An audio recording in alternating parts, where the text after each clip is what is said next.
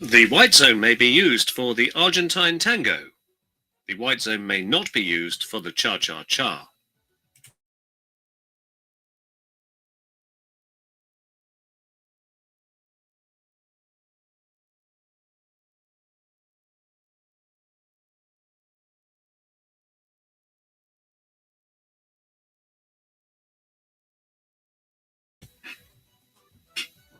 Dramatic pause while nothing happens. Oh, fuck.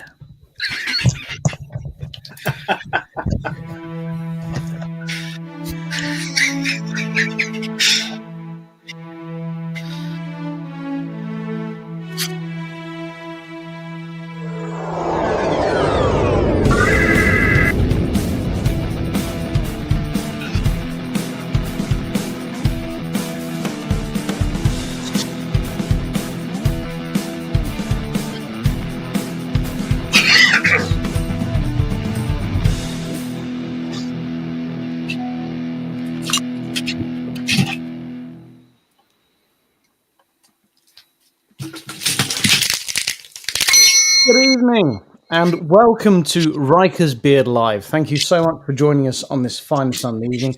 I'm going to be up front straight away now. I've had a little bit to drink and I'm a little bit stressed. I'm ready to tell people to F off if they piss me off. So, Just like you did during the credits. just my microphone fell off. It all went a bit wrong. So is it worth us starting out with a good old...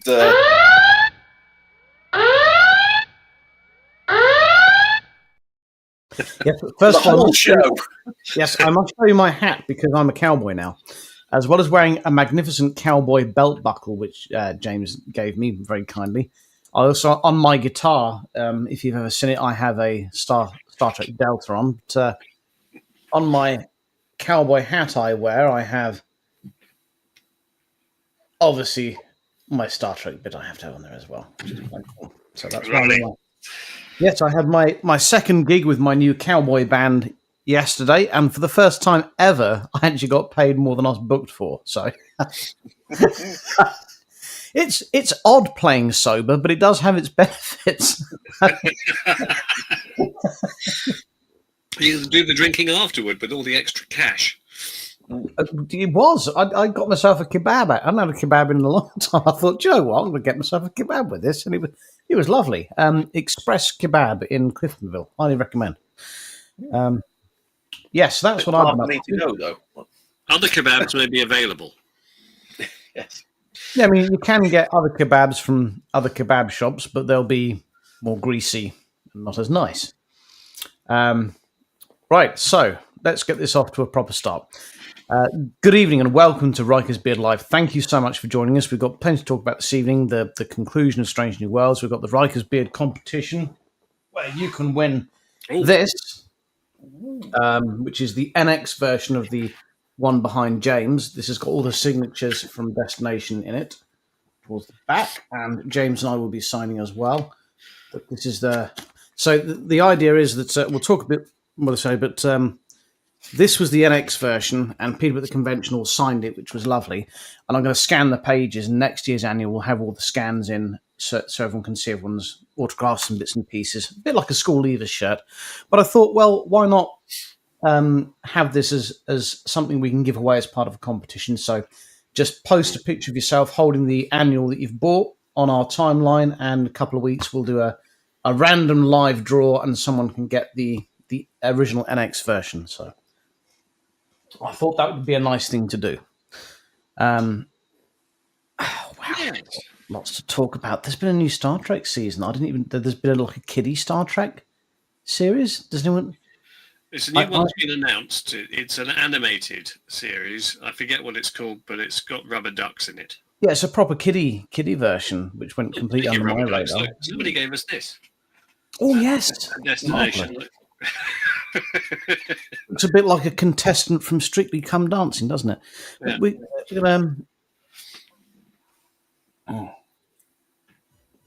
We've got that to talk about. We've got Warp 1, which is coming up, in like a week? Next 2 weeks' time? Oh, gosh, yes, I think so. 2 weekends away. Yeah. But first of all, Carl, you've been absent for a couple. We know how busy you've been, and we missed you. Really did miss you in Blackpool. We've missed you on the show every week. Tell us, what have you been up to, chap? And how have you? And what? Genuinely, and it's not taking the piss because we know you've been having a bit of a time of it, a good time of it, a stressful time of it. They go hand in hand sometimes. What Star Trek episodes have you been watching to kind of balance your life? I've spent the last, crikey, it's a month. It's a month this weekend since I reopened the pub. So, yeah, I've spent the last month reopening and relaunching the pub that I've been running for the last 7 years, but with no corporate monkey on my shoulder. So everything else on my shoulders, just no corporate monkey. What a journey. Crikey. It's been tough, but fun. And then you're going to open a pub down here next to us for our benefit, aren't you? Well, according to my accountant, he wants me to have another 3 pubs in the next 5 years. Okay, so one can be here then. Yeah, that sounds good to me. Yeah, absolutely. With regards to what Trek I've been watching, because I've been so busy in the lead up to this new venture, I only got up to about episode 4 of Strange New Worlds, and I've had a little bit more time back this week, so I've actually managed to catch up and finish it. Oh, well done.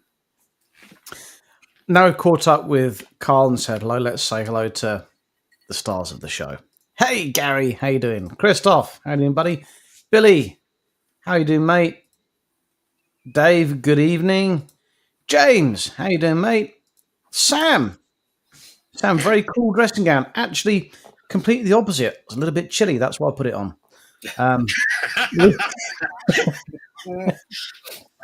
All 3 here: Ant, Deck, and Dermot. I don't. What's a Dermot? Who's a Dermot? No, surely it would be Stephen, because Stephen Mulhern is usually the extra chap that they bolt onto Ant and Deck, isn't it? Is it not Jeff? Jeff or Spuggy? Apropos of which, Carl, did you see our broadcast from Sunday when we were in Blackpool, where 3 imposters posed as us? I didn't, unfortunately. No, I've been that busy catching up on Strange New Worlds. I've not had a chance to catch up on this show. Oh, well, so it only lasts about 10 seconds. Go back and find that one. It's we a had episode of fake Carl as you, obviously. Absolutely. And I do believe Christoph played me. I can't remember who played you, James. Billy, wasn't it? Billy was me. Oh, Billy, yes. Like the Paw Patrol, I think this is the new Kiddies Trek that's coming out. Now, I've raised questions about Paw Patrol because my kids watch it. And I say, well, first of all, how are they funded exactly? How do they have all this equipment and all these resources? And who says that they're entitled to go into a crime scene and start investigating it and closing roads? By what authority does Chase, the lead pup, think that he is a police officer? I think there's offences being committed there, and I don't think they properly thought this through. How do we feel about? I mean, we had Lower Decks and we've had Prodigy. How do we feel about a Paw Patrol version of Star Trek? What do we think about this? Well, have any of you actually seen the trailer that was released? Yeah. Because I haven't. I do have it on screen ready, though, if you would like to view it. Roll VT. Let me see if I can remember how to do this. It's been a while. That one. And that's the one. There we go. Here it comes. All right, Scouts, it's asteroid blasting time. Your mission is to discover, grow, and boldly go. Activate the asteroid deflector wheel. On it like a comet, JR. Oof, that didn't work. Reacher mode! Reach! Whoa! Awesome! It's a tar from Planet Kronos! 10 seconds to impact! Woo! No time to waste that. Holy cow!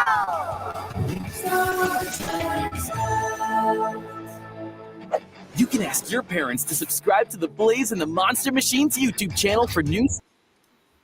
Yeah.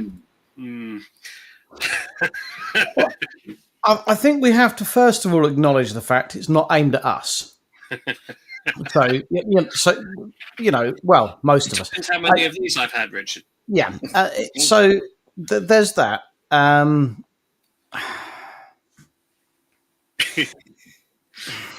Look, if it's entry level stuff that gets kids into Star Trek, then fine. You know, we It always won't get them. No, it won't get. clearance and stuff. The problem, it won't get them into Star Trek. It's regurgitated Paw Patrol shit. It's not actually fucking Star Trek, is it?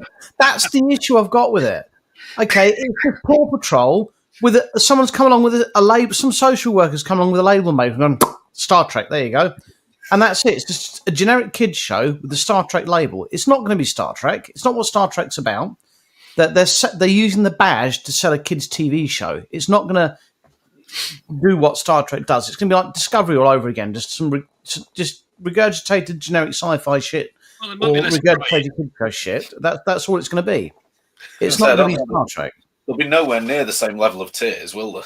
Let's say that they did a Star Trek kind of like think Starship Troopers. Oh, would you want to know more? But think Starship Troopers. Like we did a Federation. The Federation did a kids' TV show. Like that would work. That would work as a kids' TV show and as a canon bit of Star Trek. This looks utter hogshite. Sorry, but that looked awful. Service guarantees citizenship. I'm not in the mood for holding back tonight. I'll say it how it is. Dave agrees. I love being able to take these out of context. Sorry, Dave. Hey, Miles, how you doing, buddy? That's so cute and also wrong. Yeah. Ruth, I believe, I saw some pictures of some work she did the other day. She was at a children's hospital, I believe, entertaining the kids. I thought that was wonderful, Ruth. I saw that. Well done, you. Yeah. Outstanding, but don't show them any of that Star Trek Scout shit at the. Honest, why? What were they thinking? I mean, why no? They're thinking we'll make money. That's all they're thinking. I mean, I know what you're saying. If it gets kids into Star Trek, There's a route for young kids now as they grow, though, isn't there? When you think about it, there's Paw Trek, there's then moving into Prodigy, and then you can start going into actual Trek from there. You know, they're kind of like because kids of 3 and whatever that are going to watch this, they're not going to grasp Trek anyway, are they? I do completely get what you're saying, and before I went into my rent, I had to say it's not aimed at us. That I do get that it's not aimed at us, but if you're not going to do Star Trek, then don't do Star Trek. Like make it a kids' TV show that's been done by the Federation. Get it in that way. You know, don't. Hey, maybe that's what it is. Maybe that's how they'll bill it in. But it looks like it's just going to be.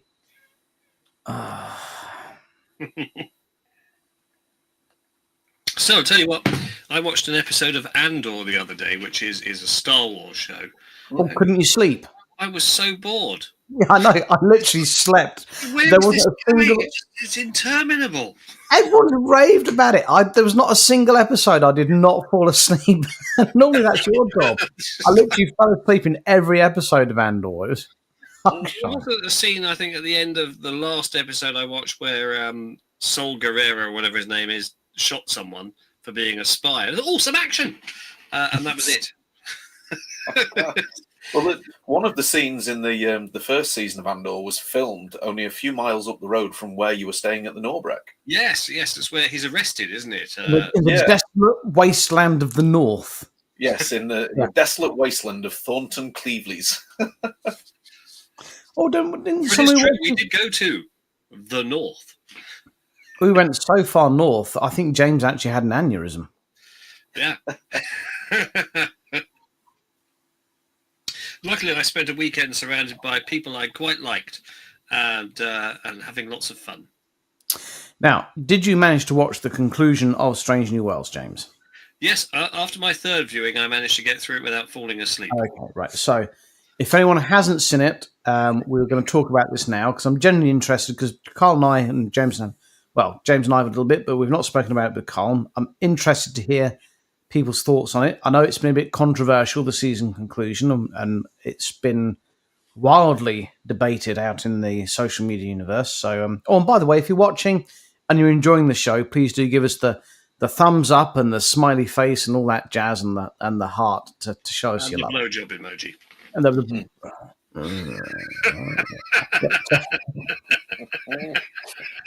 give us a rundown, please, Carl, of what you enjoyed about my emoji. No, about the final. My VPN on for a minute. There we go. Could you please give us a rundown of your thoughts on the final episode this season, Strange New Worlds?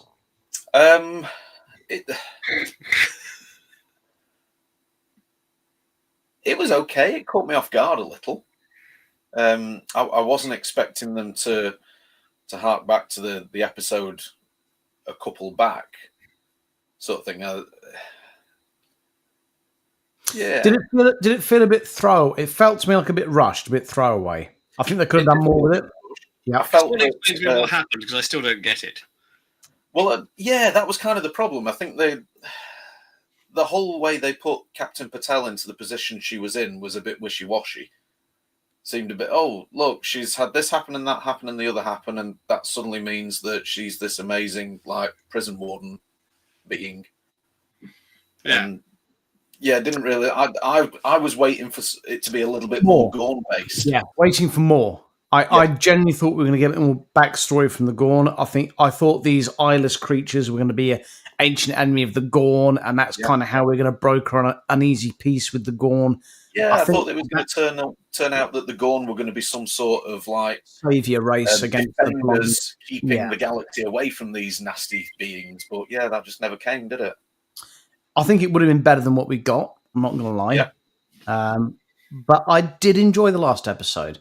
I didn't enjoy, and someone's genuinely, Daniel, listen. So I was about to say before we both said, I didn't enjoy the fact we got a throwaway Doctor Who like magic ending to it. It's now as insulted what, which is now as insulted what you've said. It that wasn't my intention, but yeah, it felt like a very throwaway Jodie Whittaker writing of Doctor Who. Just magicked it. That was it. You know, it felt a bit lazy writing is what it felt like to me. Magic. But I still enjoyed it. I thought the acting was very good. And I felt quite invested in all the characters, which I haven't done in Doctor Who. I felt invested in all of the ones except for the one that we're not going to see again. We were just starting to get to know her. And there was this really exciting path that was coming with everything that was going on with her. And it was to bring this episode to fruition. And I've got to be honest, that was the bit I found disappointing. I still enjoyed watching the episode, don't get me wrong. But yeah, it wasn't what I was hoping for.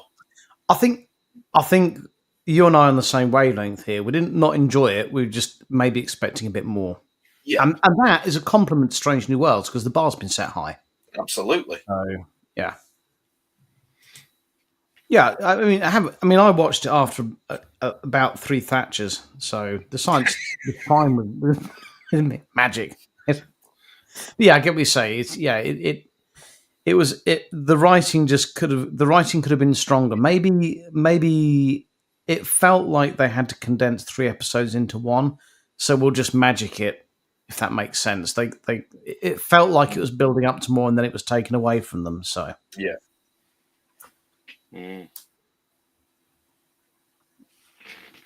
So just put this up again. So, hi Megan. By the way, hi Megan.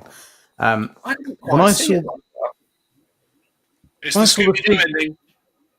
I saw the sequence of the life that Pike could have had, I was shouting, "Damn you, writers!" at the screen, knowing that was just a huge gap. So, but you do know that's the life he does get.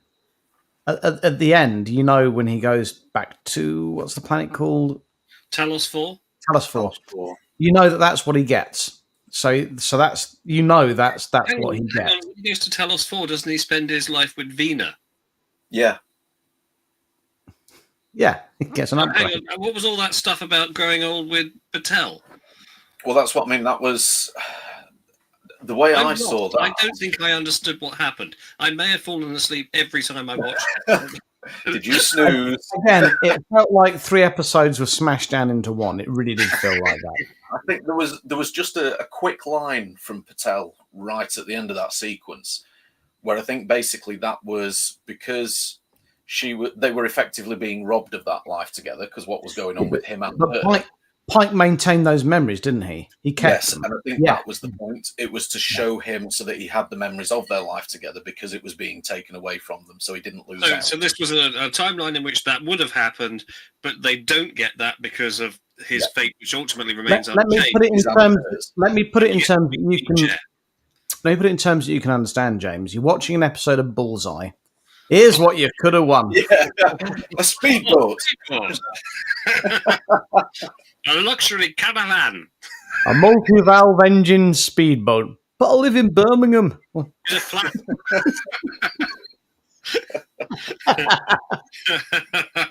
Quite right, Sam. Quite right.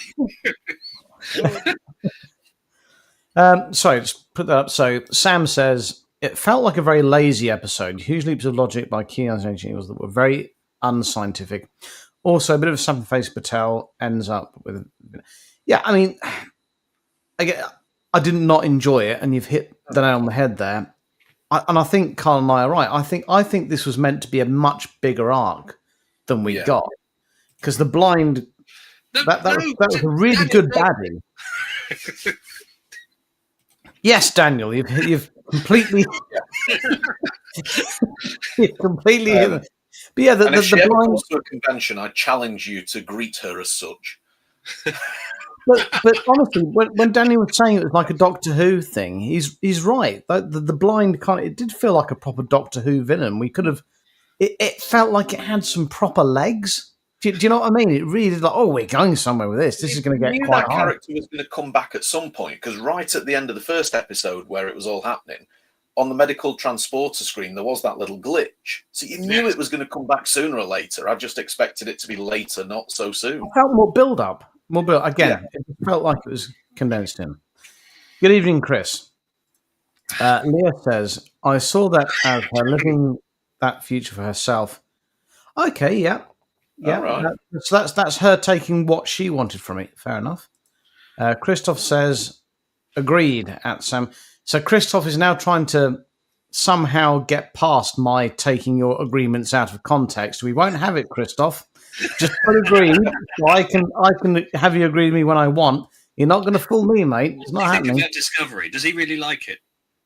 Does Christoph like Discovery? Or does he think it's rubbish? Only Sam McAvoy knows.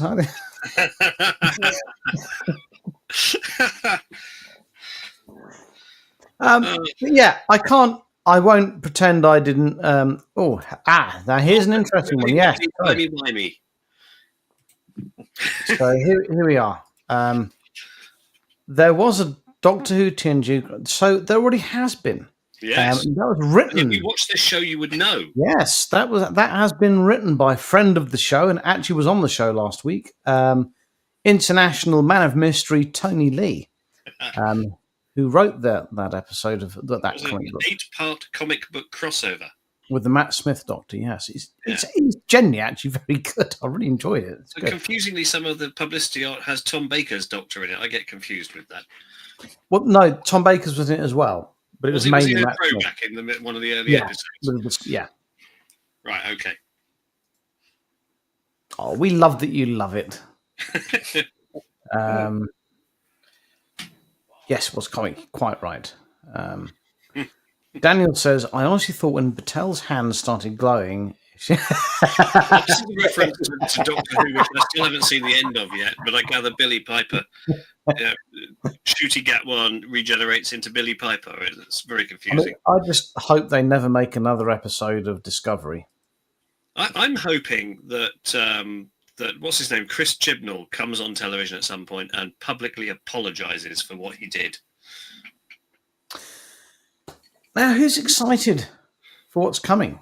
I'm not talking about, we've already covered the kids thing, and we know where we stand with that. but Starfleet Academy, little bits and Well, pieces. Chris is already on ahead of us here.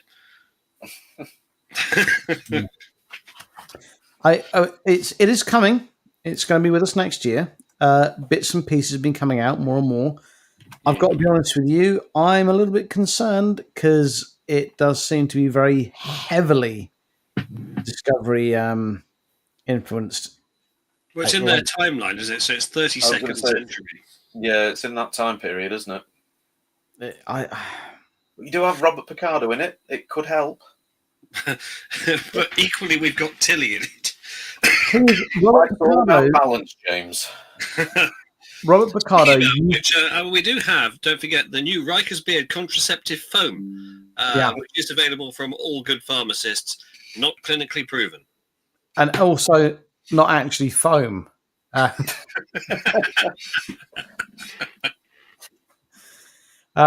Yeah, so we've got Robert Picardo in it, who used to be my favourite Doctor until we got Discovery and Babs. Fine actor. What, more than Tom Baker? Yes. He's the Doctor. Well, he's my Doctor. Well, no. Definitive article. It's very difficult because probably actually Sylvester McCoy is my Doctor, but my favourite Doctor is Tom Baker. So it's very difficult to draw a line there. Well, there's the Doctor that you grew up with, and there's the Doctor who's the best, which is obviously Tom Baker. Tom Baker, yeah.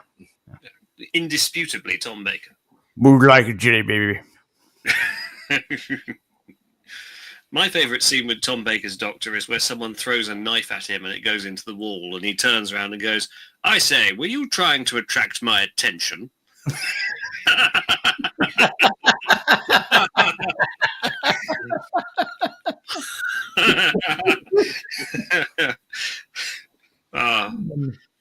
Wonderful.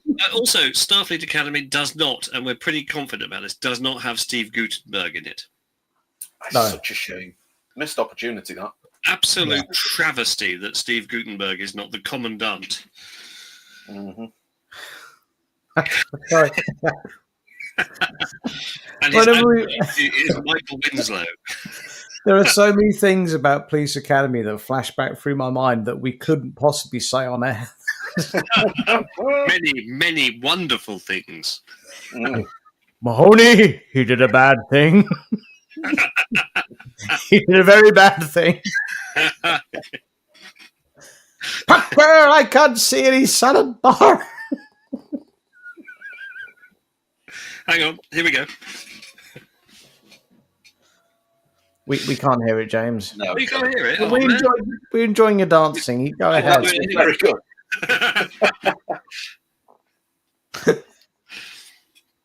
Kind of makes me wish I'd worn my sailor's outfit. Picked the wrong week to quit sniffing glue.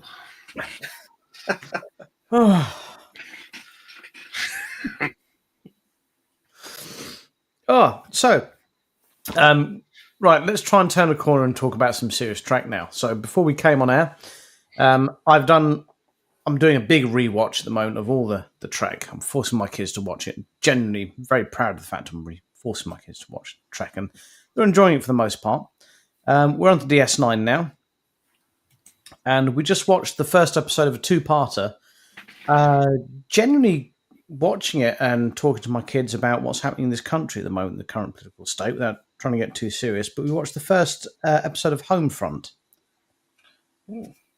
And we haven't watched the second part of it yet.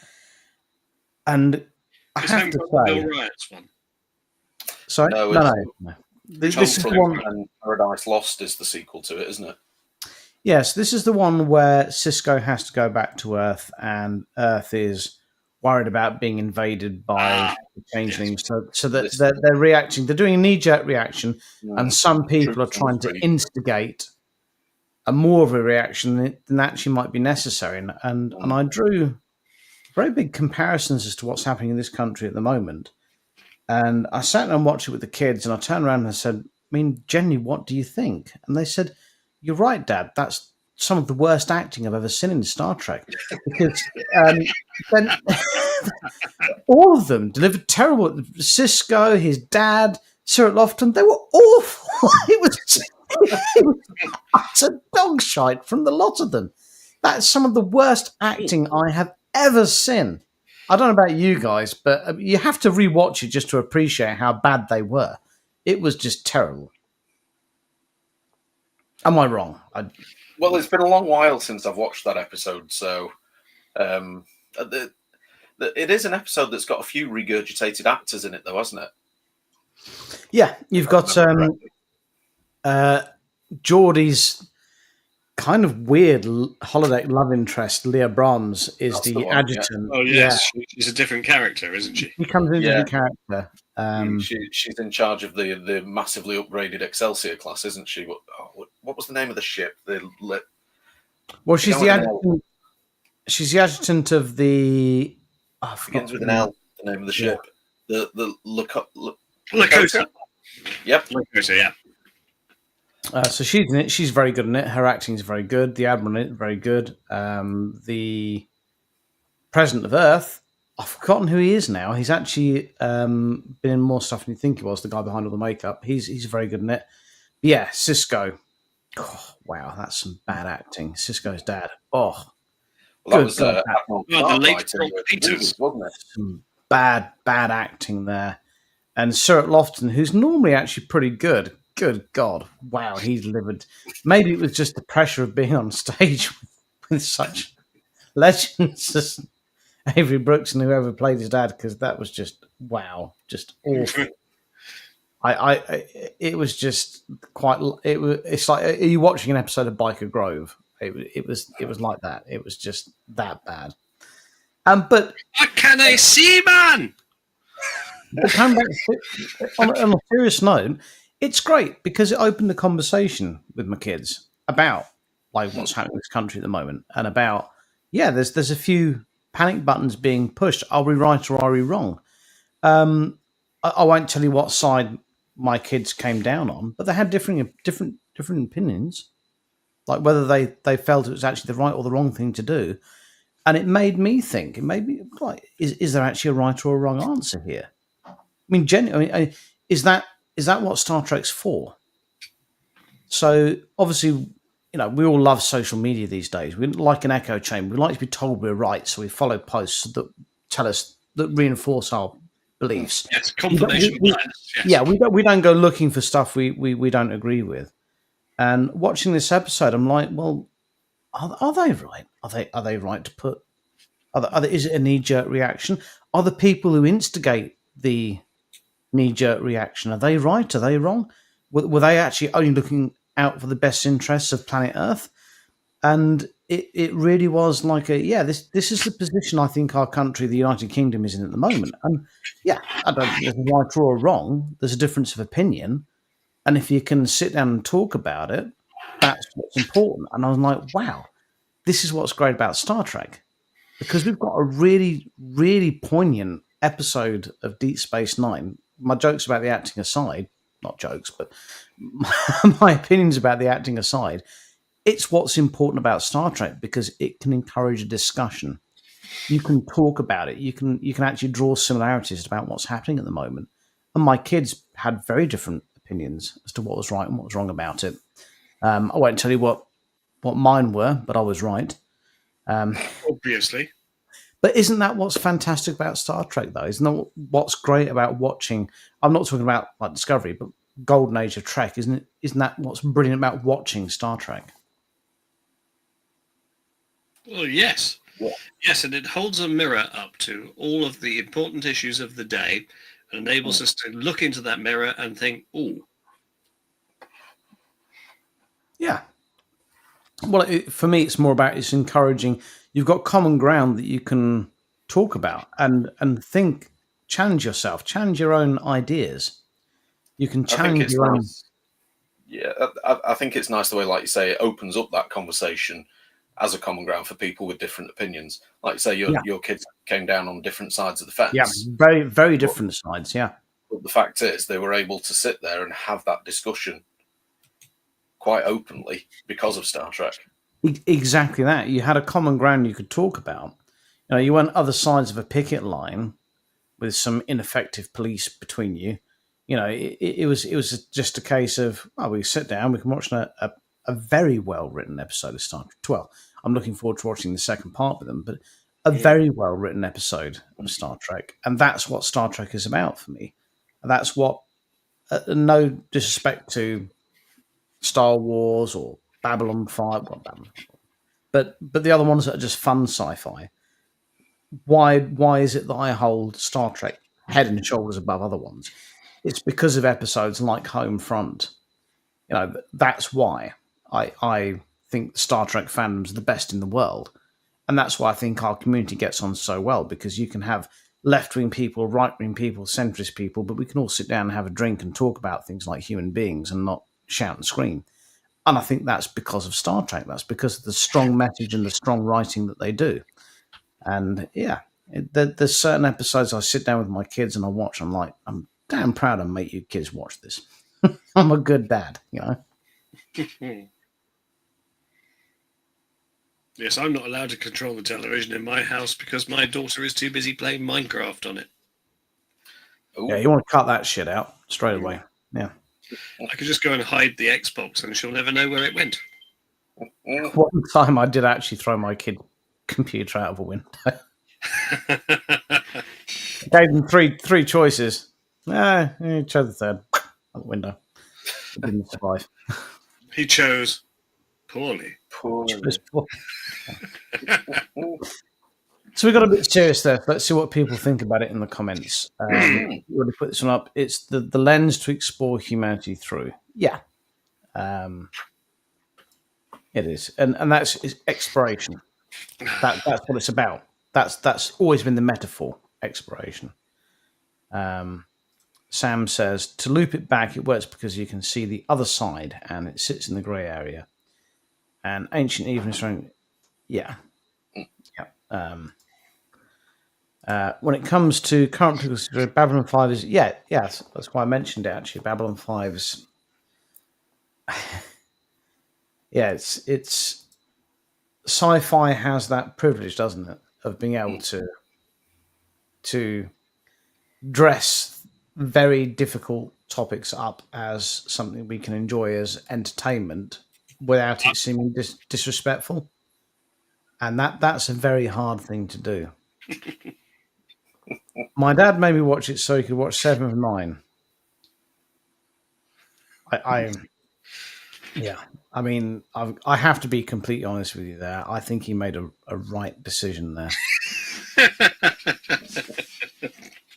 And in fact, if you were to read the Riker Beard Annual, there's a passage in there. Yes, James was going about. There's a story in there about a chap and his daughter, and he made her watch Voyager, and it actually took her on her journey to becoming a scientist herself and working in a lab. And it was one of the many stories I've heard that inspired me to write this. So have a read of it and hopefully enjoy it. It's not just about watching Jerry Ryan's bottom.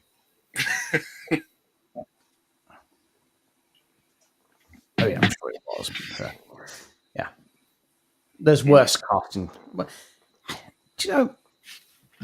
Sorry, before I go, I was going to make a obtuse comment about women's bottoms, but let's stay serious a little bit more because Ruth has put this up. I believe Star Trek allows the open the mind, see the possibilities, and the humans can put the difference on them. That I've never heard it put more eloquently than that, Ruth. That is absolutely superb. That is beautiful. Thank you for that. That is literally what Star Trek is about.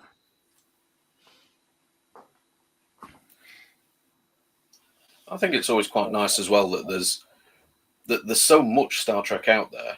So you're saying the episode you've just watched is very relevant to what's going on at the moment. There's always that episode out there for you, isn't there, no matter what's going on? Yeah, well, at the start of tonight's show, I asked you what Star Trek you've been watching to cope with the stress you've been having. Because I do, when I'm struggling, I'll either watch or remember in my mind or reference an episode of something. There's always, no matter what you're going through in life, there's always some Star Trek that can help you. Well, I can't go into the details of it. James knows a little about this. I had a very difficult decision to make a week or so ago. And I picked a particular episode one of Trek's greatest of all time in The Pale Moonlight. Now, don't worry, this decision wasn't about whether I. It's a fake. Yeah, this decision wasn't about covering the crimes of other men or aiding and abetting murder or anything like that. But it was a case of I had to make a really difficult decision, neither side of which felt like it was going to be the right decision. So in the end, I did kind of have to kind of do like Cisco, what can I live with, sort of thing. And yeah, I watched it after all of this situation for myself had unfolded, and actually it did make me feel a little better. Well, sometimes, Carl, a decision is not the best outcome; it's the least bad outcome, isn't it? And those are the ones that are the most challenging. Yeah, absolutely. Well, I think in The Pale Moonlight, it does, for me, it comes across very much as being sometimes it's okay to be selfish. And the closing line says it all for me. Can I live with it? Yes, I can. Yeah. And that, sometimes you have to do that. Sometimes you're the one who's got to live with it. So can you live with it? No one else is living with it. You're the only one who's going to have to suffer this in your own mind. So yeah, very poignant. And there's always an episode out there, no matter what you're going through. Yeah, I think. I mean.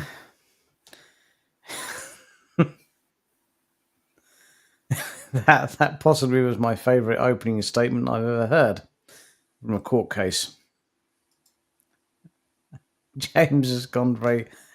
He's gone very quiet, hasn't he? James has gone very quiet. James is either trying. He's having one of those difficult farts that might be a turd. Yeah. I thought he was just so moved about my story about watching In the Pale Moonlight. It just overwhelmed him so. I got to be honest with you, I don't think he heard it. Nope. But it's one of these things we years ago when we started this show, that Dan started doing the show for, talking about past episodes of Star Trek. Well, that's because there's so much to talk about, and that's why we like to be able to. I think that's what unites us as a fandom. And there's go-to episodes. I mean, of course, stressful work stuff. What do I always go to? Definitely Chain of Command. Yeah, he's back. Sooty's just working on the computer that decides that this time every night it's going to shut itself down. Didn't realise the computer was resting on your crotch there, James. It's a laptop. Thank you, Sooty. So you may have missed Leah said, unlike gazelles, some of us commit war crimes, which may have been lost on Carl, but won't be lost on you, James. Do you know who can't live with it? Renak.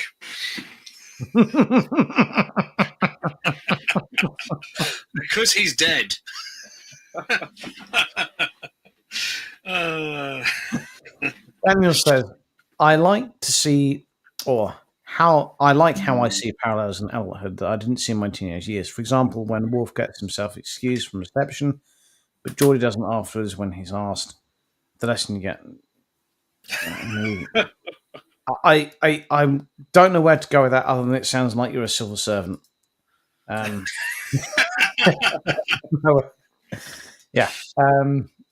Ruth says, mine is Year of Hell. It shows what you're going. Yeah. Year of Hell's one. Quite a poignant episode. It's a real shame. That was meant to be a movie. That was written as a movie. And was meant to be done as Voyager's film. And it never got done, which was a real shame.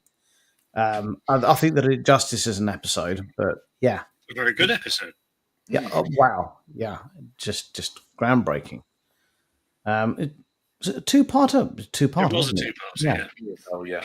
And to get Kurtwood Smith in, sometimes you just get someone that's perfect. Wow, he was just amazing. Yeah.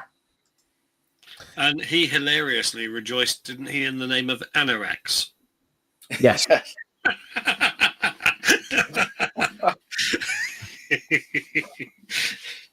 Brilliant.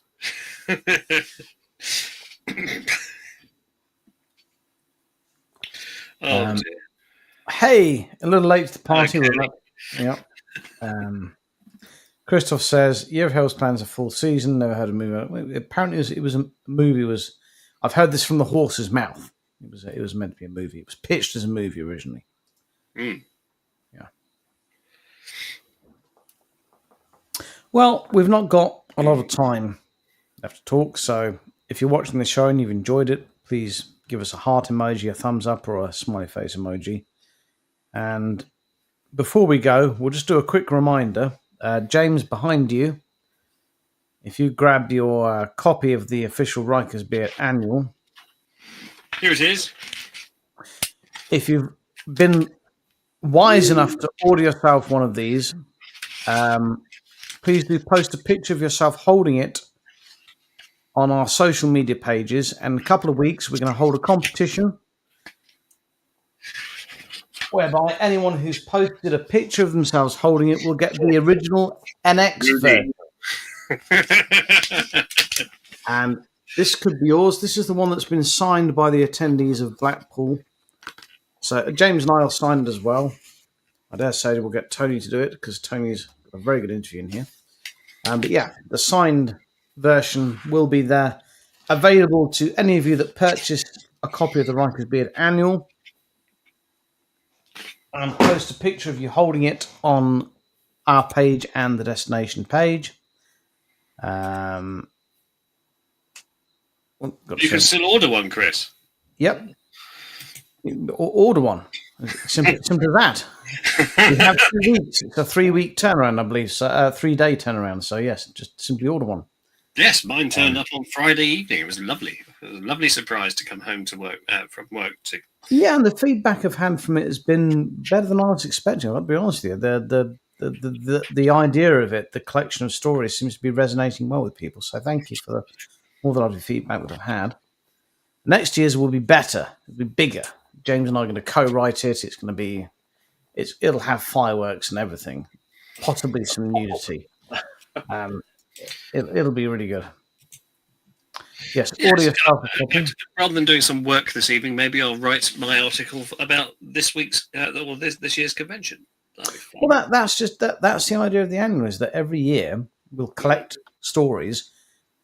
Generally not, I mean, it'll be about us a little bit, but we don't really want to collect stories about us. We want to collect other people's stories. That's Yes. what we want to do. We want other people's stories to go into the annual, and for it to, because it's such a wonderful fandom, it deserves to be preserved. So that's what we'd like to do. So order yourself a copy of the Riker's Beard Annual.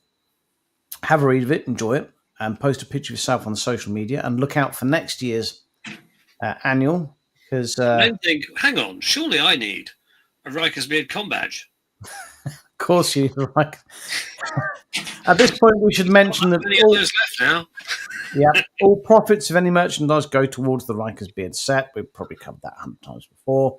And some pretty significant upgrades that are coming to it, not to mention the fact I've spent this afternoon building a new hangar for the shuttle. So before we sign off, let's very quickly jump into... if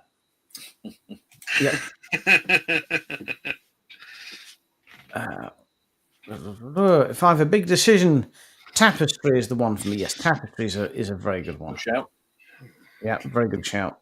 The Here's Riker's an Beard order bits. Katie says, best convention ever been to. We're assuming Blackpool.